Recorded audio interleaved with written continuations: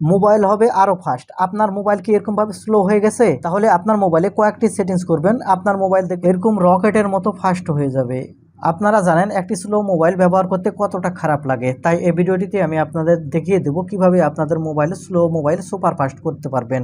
তো মূল ভিডিওতে যাওয়ার আগে ছোট্ট একটা রিকোয়েস্ট করবো, ভিডিওটিতে একটি লাইক দিয়ে ভিডিওটি শেয়ার করে রাখবেন। তাহলে চলুন সম্পূর্ণ ভিডিওটি মনোযোগ সহকারে দেখতে থাকুন কিভাবে আপনাদের মোবাইল আরও ফাস্ট করবেন। তো সেজন্য আপনারা সর্বপ্রথম এখান থেকে আপনাদের মোবাইলের সেটিংসটি ওপেন করে নিন। মোবাইলের সেটিংস ওপেন করে নিলে এরকম ইন্টারফেসে নিয়ে আসবে। এখন এখান থেকে আপনারা উপরের দিকে লক্ষ্য করলে এখানে সার্চ বার দেখতে পাবেন। এখন এখান থেকেই সার্চ বারের উপর ক্লিক করুন। এখান থেকে সার্চ বারের উপর ক্লিক করার পর এখান থেকে আপনি ডেভেলপার লিখে সার্চ করুন, তাহলে এখান থেকে ডেভেলপার অপশানটি ওপেন হবে। এখন এখান থেকে এই অপশানটি ওপেন করুন। ডেভেলপার অপশান ওপেন হয়ে গেলে আপনারা একটু নিচের দিকে চলে আসবেন। এখন এখান থেকে একটু নিচের দিকে চলে আসলে এখানে আপনারা দেখতে পাবেন অটো সিস্টেম আপডেট। এটা যদি আপনার অন হয়ে থাকে আপনাকে অফ করতে হবে। আর কেন অফ করতে হবে? দেখুন, আপনার মোবাইল অর্থাৎ আপনার সিস্টেম যদি অটো আপডেট হতে থাকে সেক্ষেত্রে কিন্তু আপনার মোবাইল আস্তে আস্তে স্লো হতে থাকবে। সেক্ষেত্রে অবশ্যই যে কাজটি করবেন, এখান থেকে আপনাদের যে এই অ্যানেবল বাটন যদি অন করা থাকে অবশ্যই এখান থেকে এই অ্যানেবল বাটনটি আপনারা অফ করে দেবেন, তাহলে আপনার মোবাইলতে অটো আপডেট হবে না।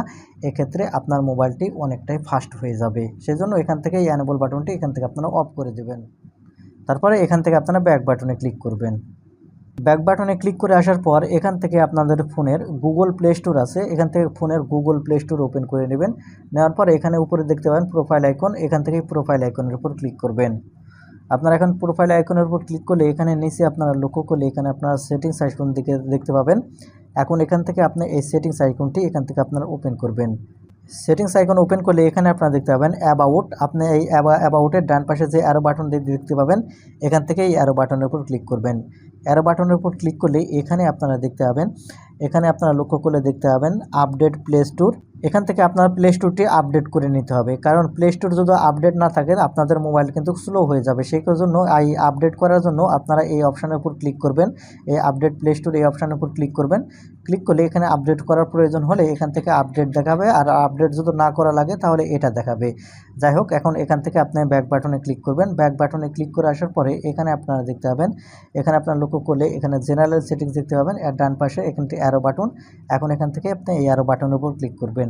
অ্যারো বাটনের উপর ক্লিক করার পর একটু নিচের দিকে চলে আসবেন, এখানে আপনারা দেখতে পাবেন নেটওয়ার্ক প্রিফারেড টাইপ। আপনি এখন এখান থেকে নেটওয়ার্ক প্রিফারেড টাইপ এই অপশানের উপর ওপেন করবেন।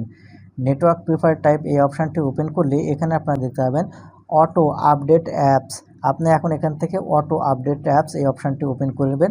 ওপেন করলে এখানে আপনারা দেখতে পাবেন, এখানে আপনার ওভার অ্যানি নেটওয়ার্ক যদি এটা সিলেক্ট করা থাকে আপনারা যে কাজটি করবেন এখান থেকে ডন্ট অটো আপডেট অ্যাপস এই এটাতে সিলেক্ট করে রাখবেন। আর আপনি যখন এখান থেকে don't auto update select apps এটা করে রাখবেন তখন যে কাজটি করতে হবে, আপনার যে কাজটি হবে আপনার মোবাইলের যেগুলো অ্যাপস আছে সেগুলো কিন্তু আর অটো আপডেট হবে না।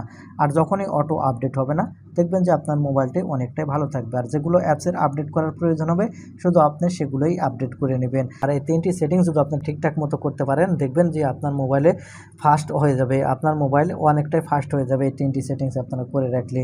তো বন্ধুরা, এই ছিল আজকের ভিডিওটি। ধন্যবাদ ভিডিওটি